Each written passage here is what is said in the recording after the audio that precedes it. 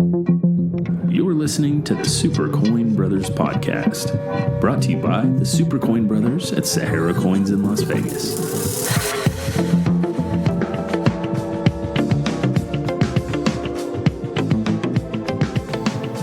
What's up, guys? It has been a while, but we're back with the Super Coin Bros podcast, and it's Ray and Thomas here. And we've got a topic that really, this one just kind of came out of left field because of some stuff we bought. We bought a deal from a customer. I had them sitting on my desk. They're all individual coins from multiple hoards, which you guys know we've already discussed, like the Redfield Hoard and a few others. And we started researching these hoards to talk to you guys about them and realized that there's a giant hoard we haven't talked about. Well, I feel like it was a decision on entertainment value because the other hoards that we were looking at, and what were their names real quick? You have the Treasury Hoard, the Continental Hoard, the Redfield Hoard, and the Casino Hoard. Which are cool hoards by themselves, but they pale in comparison to one of the most entertaining and just ludicrous stories that Las Vegas has to offer about the Binion Hoard. Bum, bum, bum. Wait. I could totally insert that. Can I do should I stop doing sound effects? Yeah, I can totally add them. I feel like this conversation about sound effects should probably get cut out too, but I don't think you're going to do it, are you? I'm not. No. I'm going to leave it. Wow. All right. That's all good. In the future, it will be other sound effects. Perfect. So yeah, guys, we're gonna fill you guys in a little bit on the Binion Hoard. Now, really more so than just the coins, which we'll get into a little bit about the coins. The story behind the Binion Hoard, I feel like, gets left out a lot when people come in the store. And what do you always hear? You just hear like, "Hey, you got any of those Binion coins? This crazy guy had a bunch of silver buried in a hole." Yeah, that's about the gist of it. So there's a lot more than just a hole in the desert and some coins that have to do with this. We're getting ahead of it, but we're going to cover where that hole is located, why it was so insane that somebody's out there with a backhoe digging things up, and then but we gotta set this thing up. Yeah, we're gonna give you guys the backstory on this whole thing. So a lot of you know that the Binion family was here in Las Vegas, but most of you don't know how they ended up in Las Vegas. And they started in Texas. They did. Specifically in Dallas, right? Yeah, and that would have been Benny Binion, which was the father of Ted Binion. And I know there was some issues there with the law that essentially they had come to him and he was going to be arrested. So he said, "I'm packing up my $2 million and I'm heading to Las Vegas." And that was some syndicate crime family mobster stuff he was getting his fingers in down there, right? But Ted, the son, he was just a little guy at that point. And then they moved out here to Vegas to get away from the bad stories of Dallas. Right, and that was in 1946, and that's when they headed to Vegas. And so his father, let's get the names clear real quickly because this is an easy one to trip up on. His father was Benny Binion, and that is, a lot of you know a lot about Benny Binion. You know there's Benny Binion silver rounds, there's things like that we've had in the store. So Benny Binion was his father. He relocated here with his $2 million. And this is kind of baffling to me. $2 million, and he purchased 2 casinos. Yeah, about that. I'm pretty sure that the bathroom in the Wynn is worth $2 million. I'm just saying that he might have had dark money before there was dark money. There's a good chance. But he purchased 2 of them, combined them into one, and basically that is what we now know as the Horseshoe. And for those of you that are not familiar with Las Vegas, that is still currently running. It's on Fremont Street, so it's in downtown, or what is considered old Las Vegas. Ooh, which can be quite the freak show after 9 o'clock. That's true. If you like people watching, that's where you need to go. It's an experience, one that some only need once. Yeah, isn't that the truth? So as a kid, though, or a young guy, I wouldn't say kid. I'm sure there was no 4-year-old kid running around a casino, but Ted Binion had worked kind of odd jobs around the casino as he was growing up while his dad was running things. Which any other industry, you start as a warehouse guy, work your way up to sales, that's impressive that you learn every job that there is out there. When you're in with casino life, it's a very different education. Yeah, seriously. Because, he, let's see here. Now, he's doing the odd jobs, and then he gets, or Big Dad Benny Binion, he gets control of the casino after. No, so basically, when he was working the odd jobs, Ted Binion was working odd jobs while his dad was running the casino. And then what ended up happening was his dad ran into issues with tax evasion. There was also some other things going on there, some other criminal charges, and he had lost control of the casino. Basically, he had to essentially he gained control back in 1964 of the casino. Because he had to pay for the lawyers, right? So you liquidate a little of your investment. Correct. He's not responsible, but then now he used his money to get the casino back in his name. Okay. Right. So now that Daddy's got the casino back, things were getting a little funky there. But at the end of all of that, his dad still ended up basically being a convicted criminal because he was convicted for some of his crimes. And, well, based on the laws that we have here, if you are a convicted criminal, you can't own a casino. That is tough. So all those legal fees, selling it, all the trouble he went through, and he still basically lost. Yeah, the gaming commission stepped in like, hey, guess what, buddy? You're not allowed to hold a gaming license anymore. So what are you going to do now? That's bad news. Yeah. So essentially what ended up happening, his kids, he had Jack Binion and Ted Binion. They were young. Jack was 23, Ted was 21, and they ended up taking over the main chunk of operations. I believe it was Jack who took over the actual casino operations and became the president of the Horseshoe. And his brother, I think, was the casino manager? Okay, so I'm not entirely sure how the hierarchy of casino operations work, but are you basically telling me that the older brother took on all the paperworky, hard parts of the job, and that the younger brother got to be the maitre d', front of the house, wheeling and dealing, whining and dining, having fun guy? Yes. Well, I would definitely want to be there. That's exactly right. Because, and that's one of the things that was said by dealers and everybody else in the casino, that Ted pretty much did become the face of the casino and would just always be hanging out with the high-profile guests, partying with them, hitting on all the pretty ladies, of course. Hold on. Let me just... That's the weakest of games right there, when you're just like, hey, ladies, you want to hang out? I own the casino.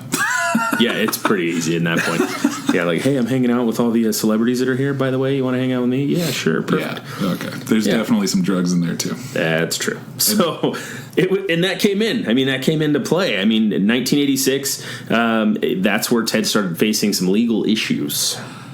Yeah, now the 80s I often hear referred to as, if you can remember the 80s, you didn't have enough cocaine. Is that a fair description of the 80s? And that's probably exactly how his 80s went. Especially in Vegas, right?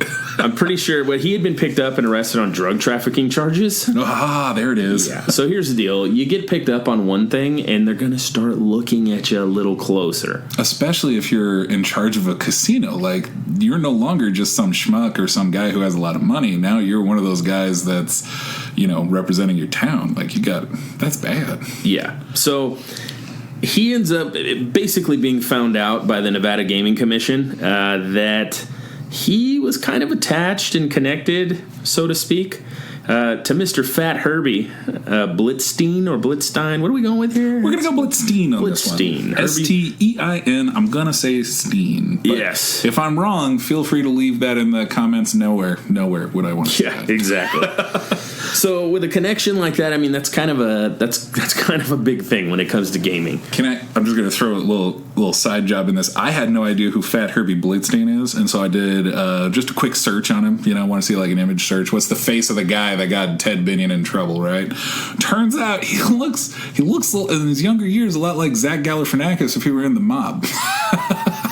Like slicked back hair, you're right. Big cigarette, just walking with the beard. Like he could have a baby strapped to his chest. It would be the same guy. Carlos. He would have Carlos, yes.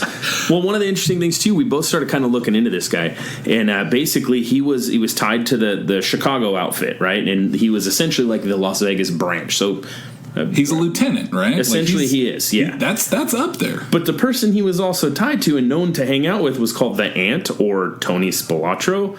And for those of you that aren't real big movie buffs, let's kind of tie this together. If you've seen the movie Casino, which is based on true events, Tony Spilotro was actually Nicky Santoro in the movie Casino. That's Joe Pesci's character. The enforcer, the little enforcer. The crazy guy. Yeah, the crazy guy who likes to use certain four-letter words like 9 million times in a matter of about, 6 minutes in that movie. For quality control, we're going to prohibit ourselves from quoting him directly. Yes, that is also correct. But kind of an interesting tie there when you start digging into that in that time period there, that would have been in, the between the 70s to early 90s. The tie there is really interesting because it just ties into lots of information and things you can watch on Casino. Now I want to go back and watch Casino and see if I could see, like, things that I'm like, wait a minute, maybe that was... Anyways, that's a whole other rabbit hole. Was that the guy who got the fur coat?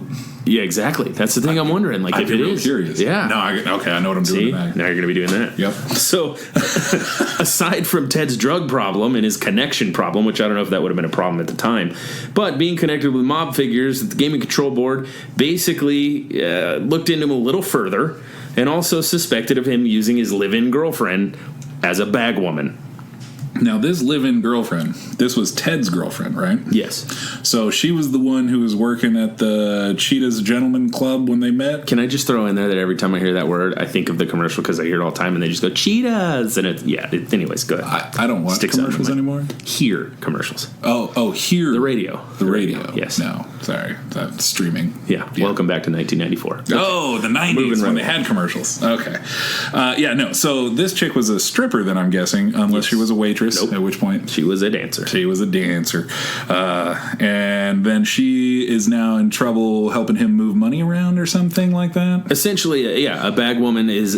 picture those movies that you see where, like, the main boss is kind of hanging out and basically tells him to go grease somebody else for such and such. Mm-hmm. That was her. Oh, man. She was the manila envelope person. Okay, so now let me just see if I got this right. So Ted, the son of Benny, and Benny was in trouble with some mobster type folks. Right. You would think he would learn a few things, but instead Ted gets in trouble with the drugs, so he's taking his own stash, which is no good.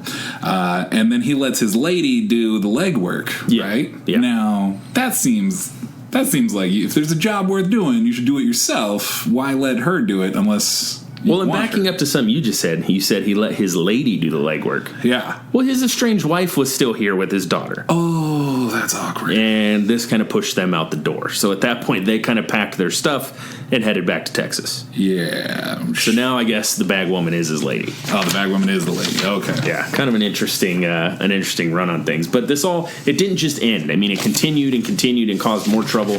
And what ended up happening was, now we're pushing forward a few years, would have been in 1996. The commission essentially came back at him again, and they provisionally banned him from management in the Horseshoe at all. Now, they banned him, and they made it mandatory for him to have to take drug tests. Oh, that's crazy. Yeah, and that's only just for the suspension. Now, this is a great little Easter egg of a story bit here, because this guy who knew about interactions with the police and the mob and drug tests and all of that, and like he had an understanding of how it all worked, right? So he knew about this hair follicle test, because if you have drugs in your system, that's one test, but if you have drugs in your hair, that's a different test. It's essentially the history of your usage. And it's a long history. It goes back a long time, depending on how long your hair is. So this guy, rocket scientist that he is, came up with a genius plan to just shave every hair off of his body. Every hair off of his body. If you've seen the movie Powder, essentially, that's what I see. Now, I thought he was joining a swim team or something and going to do like an alternative business plan, but no, he's just getting rid of the drugs here. Yeah, trying. Badly. Yeah, it didn't work. This never works, by the way, in case anyone was listening on how to be a better drug user. That's not our goal. Don't shave your body. And don't shave your body. Yeah. Clearly it didn't work, because in May of 1997, his gaming license was completely suspended. Yeah. The gaming board basically found that he violated his agreement, whether it was just the drugs or the drugs and the connection. I'm pretty sure it was both. There was an article I read briefly there from 98. It was like March of 98, so they talked about his business in 97, and it was his connection to Fat Herbie there that got him into trouble. At least that's the only thing they referenced in the article. So yeah, I did read that he was. They found out he was connected still to Fat Herbie. So the board basically held a hearing. They voted, and his license, it was unanimous. They all voted that his license had to be revoked. So that kind of stirred some things up, because okay, his license is revoked. We get that. But here's where it gets interesting. He's been in the casino business his whole life, essentially. And it's a family business. Right. So he's been putting silver away. He's been putting away dollars that were coming through. He's been putting away, Carson City stuff. He's been putting away silver. He's been putting all this stuff away. Now, you or I would put it away in our safe at our house or in our safety deposit box. He puts it away in the basement of the casino. Now, that would be a family perk, because you got storage that's industrial strength and large. Like, what are we talking about size-wise? Like, this is what... Well, basically, first, before we even get to the size, I mean, when that happened, they gave him two options. They said, look, you can either sell all your stuff that you have in the basement of your casino, or you can relocate it. And so he chose to relocate it. Now, we're not talking about call your friends, offer them a six-pack, and tell them, help me move some stuff in your pickup truck. There is not a pizza party large enough in the world to justify asking your friends to move this much silver. Yeah. Basically, it was ridiculous. He had to contract a company to help him because he had over 6 tons of silver bullion and something like 100,000 rare coins, a bunch of casino memorabilia, tokens, chips, paper money, all kinds of stuff that he had in there that he had to move. My goodness. Could you imagine the hoard? Like people bringing you the silver all day at a casino. You're just working a little exchange factory there. You're just collecting. I mean, that's insane. Yeah, dollar for dollar, and then you're storing gems. And you say 6 tons. I don't know if you people understand visually or mentally if you wrap your head around with the ideas of 6 tons. It's 12,000 pounds, and I looked this up. That weighs more than the original Optimus Prime. I'm going to go ahead and make a nerd reference here because you make that reference, and I'll say that it weighs just over 2 65 Cadillac DeVille stacked on top of each other. I'm just going to throw that out there. All right. I see where our references are coming from. Yeah, exactly. But either way you put it, it's like 192,000 ounces of silver. And if you did that at the spot price, just ballparking at $16.11, what's that final number? Yeah, that's $3,093,120 just in silver bullion. And I'll let everyone at home believe that he can do that kind of math in his head. So then we had... he can. Oh, he can. So he had contracted, like we said, to get that moved. He had to contract a company, and he went through MRT Transportation, which was owned by Rick Tabish. And the deal is this. He had him and his company, they helped him move it. And old Rick over there was given the code to the vault. The only 2 people that knew the code to that vault were Rick and Ted. And Rick comes into this. How does he know Ted other than just the move? Or that's it? Okay. As far as this relationship started, as far as we know, as a contract to move his stuff. And now here's another thing, too. What you had is somebody taking something safe from the casino and moving it to a private-built bunker in Pahrump. In Pahrump. Now, for those of you that aren't familiar with Las Vegas sits in a valley. Pahrump is on the other side of a hill, and that is where the homes of fireworks. Let's just say fireworks. We'll go fireworks. Yeah. But the thing that people say, and you're gonna understand where I was going with that. When somebody says, "Oh, you're going to Pahrump," usually they say you're going. Go ahead. Over the hump to Pahrump to get some rump. That is the saying here in Las Vegas, because many of you have seen the shows on like HBO, like Cat House, things like that. Well, that's where that's located, is Pahrump. So, see, I always thought Pahrump just had the fireworks where everybody goes to see things pop off. And a Walmart. Specifically, though, by the way, you got to Google this Walmart. I don't know if you've ever Google mapped this Walmart before, but if you were looking at the satellite picture and you just put into Google Maps Walmart Pahrump, what you're going to see is this goofy little square of land between civilization, and it's got a lawn or 2 lawns on there, but the lawns are not lined up with the property lines. Mm-hmm. They're like askew, and so it really just looks like somebody failed at Minecraft. And that failed Minecraft location is the property that Binion owned, right behind Walmart. Granted, Walmart was probably not there then, but that is where this underground vault, which from what I had found, it was something like 12 feet deep.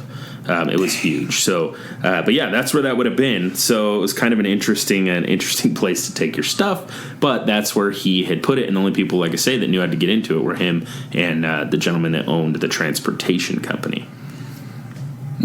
Nice. So he moves his stuff. He lives his life for a little while, at least.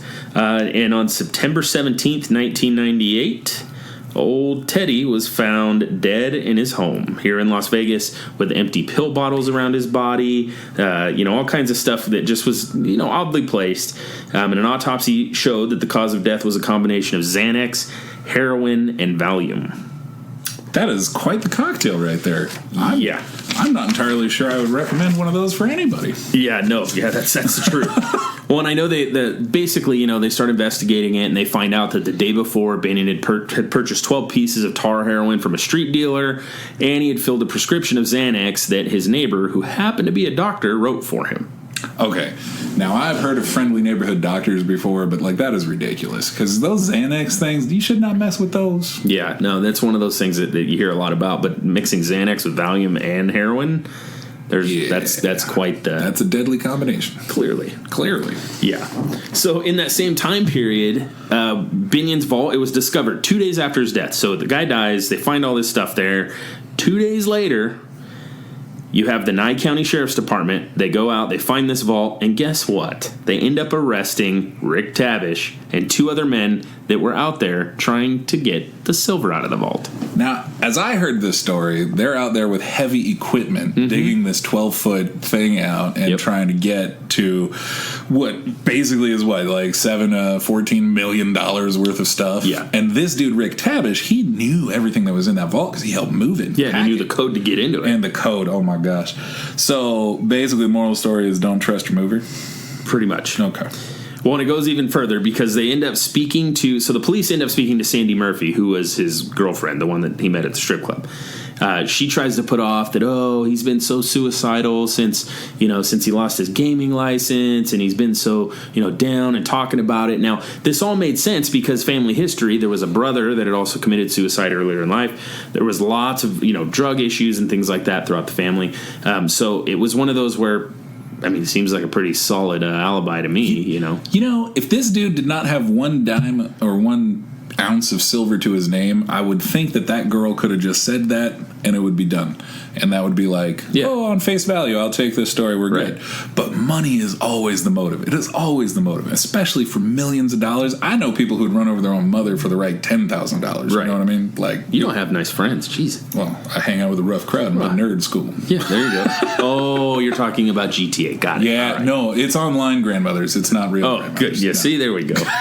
So Ted's sister kind of came into things and pointed out that her brother never sounded despondent at any point. So it just didn't line up. It didn't seem right that her brother would commit suicide. And I can understand that, where if a sister sees this and kind of sees the pieces from the outside and goes, I don't know about you. Something doesn't seem right here. Yeah, I would think that they'd have to go over that with like a super fine-tooth comb. And let's see here. When we're talking about this, the homicide detectives were out looking at the scene, and they had the idea that it might have been staged too, right? Yeah, from everything that I was able to dig up on it, they basically said that the way things were set up and the way the body was, it just didn't seem typical of an overdose. So they were pushing that it may have been staged, and they had found that the heroin was actually in his stomach. So it had been consumed in a manner that just that's not how you do it. You did it wrong. That's pretty much what they're saying there. That's what you force down somebody's throat after you've murdered them. Right. Yeah. Okay. So the police were urging to have an investigation, and the family kind of was like, well, nah, I don't know. Well, I can't imagine this family history here from the Dallas, Texas side of things, the mob stuff. So I can't imagine they really want the police digging around in their lives. Yeah. And then they said, 6 months after the funeral or the death, then the coroners changed it from a suicide to a homicide? Yeah, the coroners recategorized it. So there was a chief investigator who deemed it suicide, and it was put in as a suicide. Then the coroner comes back and goes, no, this is a homicide. Now, you know why it took 6 months, right? Because that's how long lab tests really take. It's never an hour long. Yeah, it's true. Never. I know. Only when you're looking to see if you have strep throat. Yeah, that's it. Yeah. Then it's actually like 8 minutes, but they make you wait an hour. Yeah, every other crime show you've ever seen where they send it off to the lab and they get it back. This is Don't ruin Dexter for me right now. Thanks. My apologies. So they did that, and then at that point they decided, okay, it's time to dig into this a little further, and we're going to go ahead and see what we can do. So they look into it, and they basically came to the conclusion that the death scene had been staged, and there were witness statements that implicated Murphy and Tavish, which, if you're not putting the pieces together yet, that would be the truck driving owner and his girlfriend. Now, the truck driver owner, the mover, he had a wife, didn't he? Yeah. So he's cheating on his wife with the stripper girlfriend. Who is cheating on her boyfriend. Which is the mobster son, which I gotta say, if you were gonna pick somebody to cheat on, that seems like a terrible idea. But anyway, the moral of the story is that she seems like kind of a mastermind, doesn't it?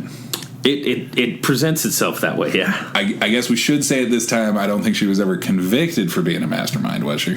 She was. Oh, she was? She was, yeah. So in June of 1999, her and Tabish were both arrested for Binion's murder, as well as conspiracy, robbery, grand larceny, and burglary. I'm glad that the justice system was able to catch those two. They caught him for a little while. For a little while? Yeah.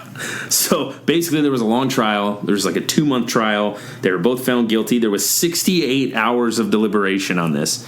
Like, I mean, let's be real. I know some people really like jury duty. Almost 3 days, man. That's a long time to sit in there. Wait. But and you're not sitting there 24 hours That's not 24. That's got to be like a week of just chilling talking in that room with those other 11 people. I do not enjoy bologna sandwiches that much, and I can't imagine the courthouse is going to spring for, like, gourmet restaurants. No, you get lunchtime, and then they got restaurants in the courthouse. Come on, you're in Las Vegas. VIP all the way.